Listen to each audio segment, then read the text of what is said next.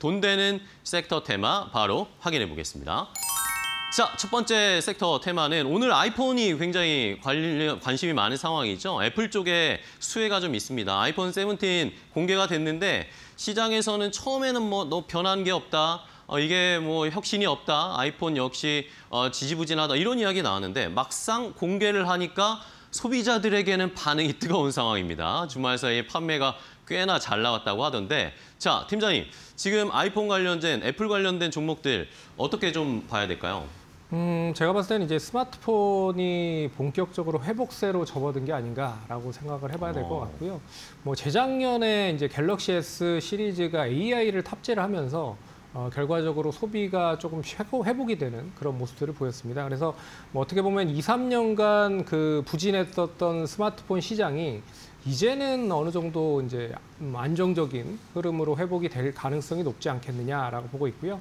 애플도 이제 오픈 AI와 더불어서 전략적인 제휴를 통해서 이걸 폰에 좀 탑재를 하려고 준비를 하고 있는 거죠. 근데 16에서 그렇게 원활하게 좀 탑재가 진행되지 않았기 때문에 이번 17에서는 상당히 좀 기대를 하고 있다라고 좀 볼 수 있을 것 같고, 그래서 오픈 AI 쪽에 대한 거는 일단 폰으로도 판매를 할 수 있을 것 같고, 그리고 오픈 AI 관련된 그런 이제 그 챗 GPT를 애플에 탑재를 함으로써 본격적인 AI 폰에 대한 수요가 상당히 증가가 될 가능성이 높다. 그렇게 좀 보고 있습니다. 그래서 애플의 아이폰 17이 생각보다 좋은 이유를 좀 따져보면 첫 번째는 이제 그동안 이걸 바꿀까 말까 고민을 했던 수요가 본격적으로 좀 접어든 게 아닌가라고 생각을 하고 있어요.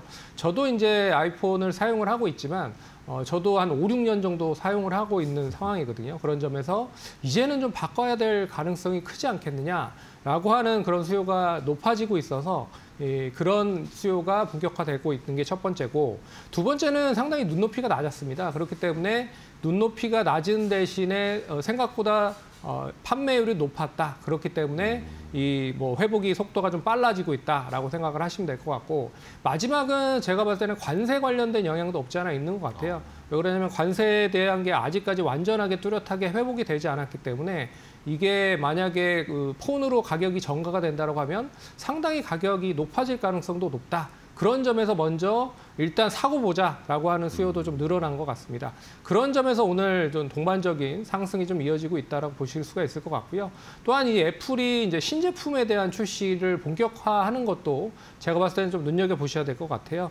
어떻게 보면 선택과 집중을 통해서 이제 XR 쪽 관련된 부분과 폴더블 폰을 본격적으로 이제 양산을 하겠다라는 이제 취지로 볼 수가 있어서 내년에 애플 폴더블 폰을 바탕으로 XR까지 다양한 그런 레퍼런스를 이제 폰 쪽으로 집중을 하고 있다라고 좀 보고 있어서 제가 봤을 때는 오늘에 대한 그런 흐름 자체가 단기적인 것보다는 좀 중장기적인 관점으로 좀 보셔야 될 필요가 있지 않을까, 그렇게 좀 봐야 될 것 같고, 그런 점에서 일단 뭐 XR 기기 쪽에서도 제가 봤을 때 이제 비전 프로가 그렇게 많이 판매가 되지 않았지만 하반기에 비전 프로 또 새로운 버전이 출시가 되고요.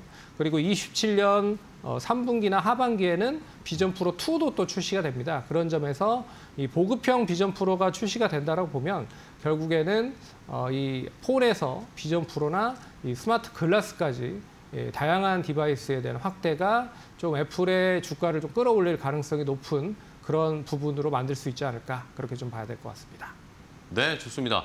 자, 말씀해 주신 것처럼 단기적으로 끝날 추세가 아니라 조금 중장기, 결국엔 내년까지 보면 폴더블 이 이슈까지 우리가 반영을 생각을 한다면 중장기적으로 좀 끌고 갈 전략이 필요하다라는 그런 의견이 좀 귀에 들어오는 상황인데요.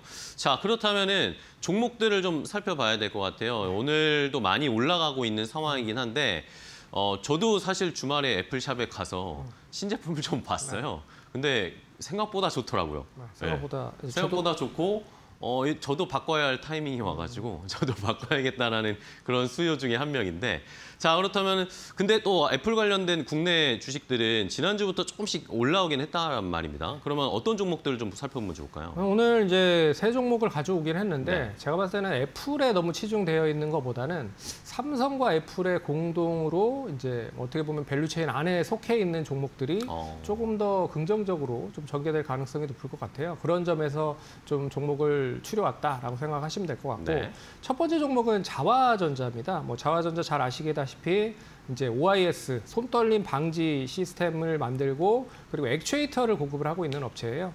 이제 뭐 상반기까지 실적이 별로 좋지 않았었던 이유는 아이폰 16과 삼성전자용 액추에이터에 대한 실적이 별로 좋지 않았다. 근데 하반기부터 아이폰 17과 삼성전자용 관련된 액추에이터에 대한 판매가 상당히 좀 긍정적으로 전개된다고 하면 동사도 실적이 좀 상당히 긍정적으로 전환될 수 있을 것이다라고 해서 일단 뭐 첫 번째 종목 자화전자 말씀드리도록 하겠고요. 두 번째 종목은 이제 덕산네오룩스라고 하는 회사입니다. 오늘 뭐 상당히 좀 좋은 흐름을 보이고 있는데 동사는 이제 OLED 발광층 소재를 공급을 하고 있는 업체예요. 근데 삼성 디스플레이를 통해서 공급을 하고 있긴 하지만 이 삼성 디스플레이가 결국에는 애플 밸류 체인에 속해 있기 때문에 결국에는 삼성과 애플 두 개 다 모두 회사에 공급하고 있다라고 생각을 하시면 될 것 같습니다.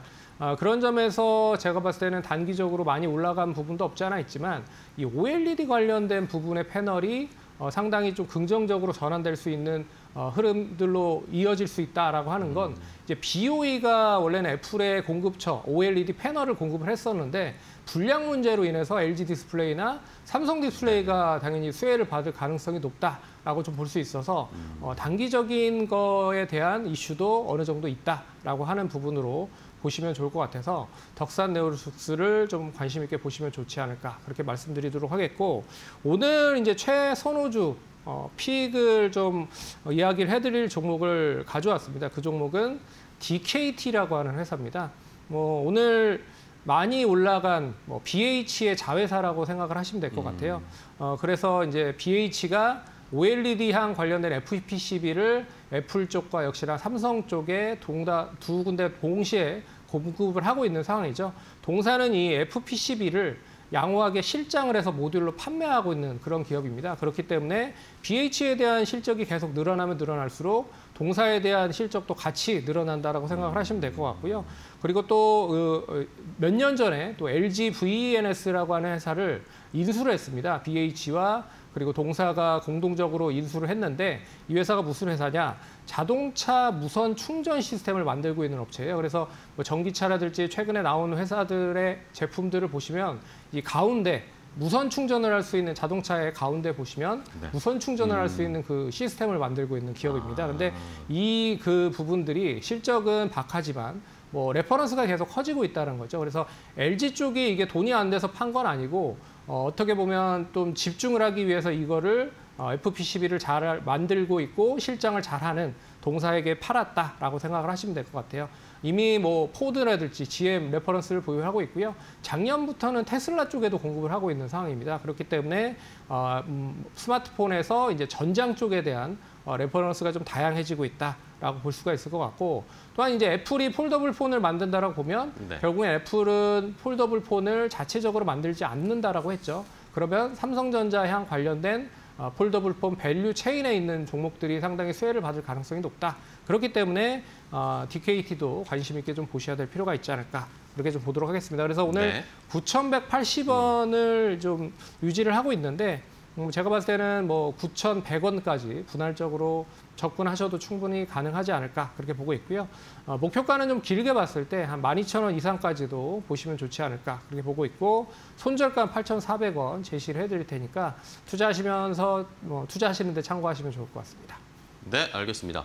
자, DKT를 탑픽 종목과 아이폰 관련 종목으로 선정을 해주셨어요. 근데 꼭 애플향만이 아니라 삼성전자와도 같이 함께 수혜를 받을 수 있는 그런 종목으로 좀 골라보자라는 의견을 주셨고요. 정고점 DKT가 돌파를 했는데 한번 조금 더 긴 안목으로 쳐다보자, 전략을 짜보자라는 의견을 주셨으니까 시청자분들도 DKT 오늘 시장에서 한번 잘 살펴보시기 바랍니다.